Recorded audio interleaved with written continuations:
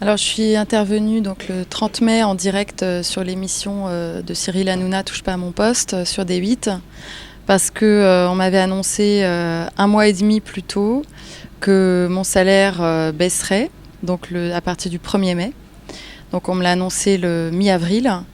Et pendant un mois et demi, j'ai essayé de négocier par tous les moyens. J'ai demandé à rencontrer mes directeurs. Ensuite, je leur ai demandé de rencontrer la DRH pour pouvoir négocier, discuter de cette baisse de salaire qu'on m'a annoncée très brutalement et de façon complètement informelle.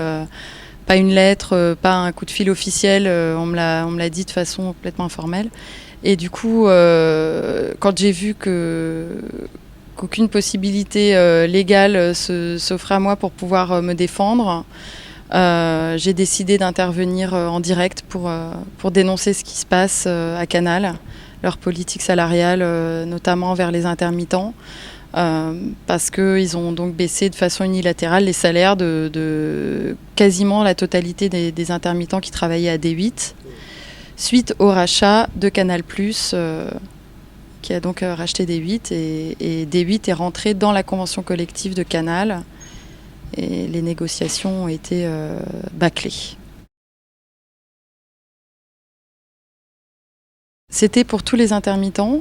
Il y en a quelques-uns qui ont réussi à se défendre, à faire bloc selon les métiers, qui ont réussi en fait à poser leurs conditions et qui ont pu négocier parce qu'ils avaient peut-être plus de poids que moi pour mon métier d'opératrice prompteur. Et moi, à mon niveau, on m'a clairement dit, c'est comme ça, soit tu pars, t'es pas contente, tu t'en vas, sinon tu prends ce qu'on te donne et c'est tout. Et c'est non négociable et la DRH ne te recevra pas, et voilà. Et j'ai pris ça comme une réelle violence envers ma personne, envers mon travail, un vrai dénigrement, un vrai mépris de mon travail, et je ne l'ai pas supporté.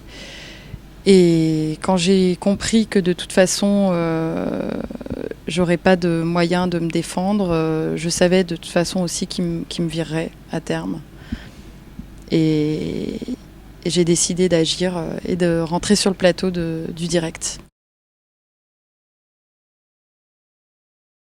J'ai été convoquée par la DRH qui m'a enfin rencontrée et qui m'a enrobée de douceur et de gentillesse en me disant qu'elle était contente enfin de me rencontrer. Elle m'a demandé mon parcours, tout ça, enfin bref. Ce que j'ai trouvé une espèce d'habileté de sa part pour essayer de me canaliser, en fait, canaliser ma révolte. Et au final, elle m'a interdite de direct. Ils m'ont laissé encore 3-4 piges, en fait, exactement, sur des émissions enregistrées. Parce que j'avais déjà été planifiée au planning. Donc à partir du moment où j'ai été planifiée, ils pouvaient difficilement m'enlever toutes les piges d'un coup. Par contre, dès le mois de juillet, plus rien. Août, de toute façon, il n'y avait pas de tournage, mais rien. Et en septembre, on ne m'a pas rappelé. Et moi, j'ai appelé le planning, j'ai appelé la DRH pour savoir s'ils me reprenaient ou pas sur les plannings. Et là, ils m'ont dit non, on ne te refera plus travailler. Il y a eu une perte de confiance. Et en fait, ils m'accusent quelque part d'avoir fait les choses à l'envers. Ils m'accusent de moi avoir commis une faute, mais eux ne se remettent pas du tout en question sur leur mépris en fait des droits salariaux et de leur mépris du travail. Ils remettent pas du tout en question leur façon de faire, quoi. Et le fait de mettre en difficulté une intermittente précaire qui élève seule un enfant, j'ai eu beau leur dire, ils en ont rien à faire.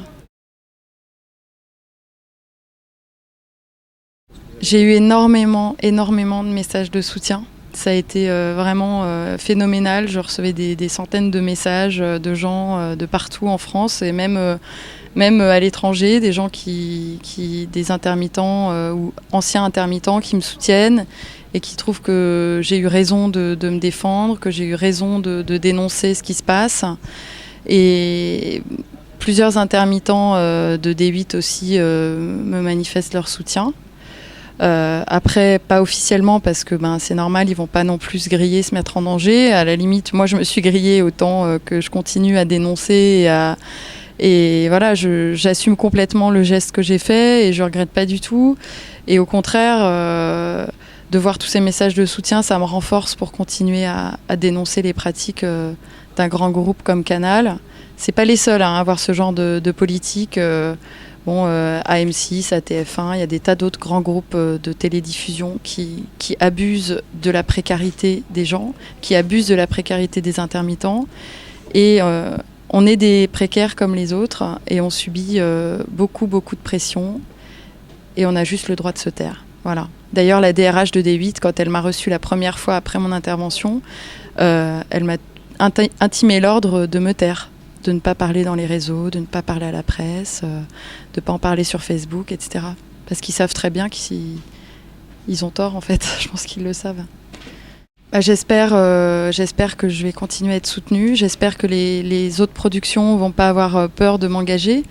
Je ne suis pas une terroriste de l'antenne. Je suis digne de confiance pour d'autres émissions. Et voilà, là, j'ai fait cette démarche-là parce que le groupe Canal, elle est beaucoup trop loin. Et c'est pas pour autant que je peux pas continuer à travailler. Voilà. Donc j'espère que je serai entendue par les autres prods. Et certaines continuent à me faire travailler. Et je les remercie.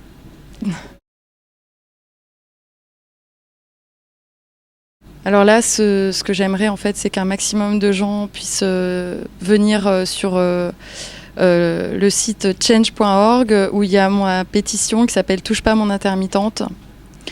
Faut signer cette pétition pour montrer que voilà, ma démarche est juste et cette pétition est adressée à la ministre Aurélie Filippetti. Je compte demander un rendez-vous avec elle dès que j'aurai atteint un nombre suffisant de signatures.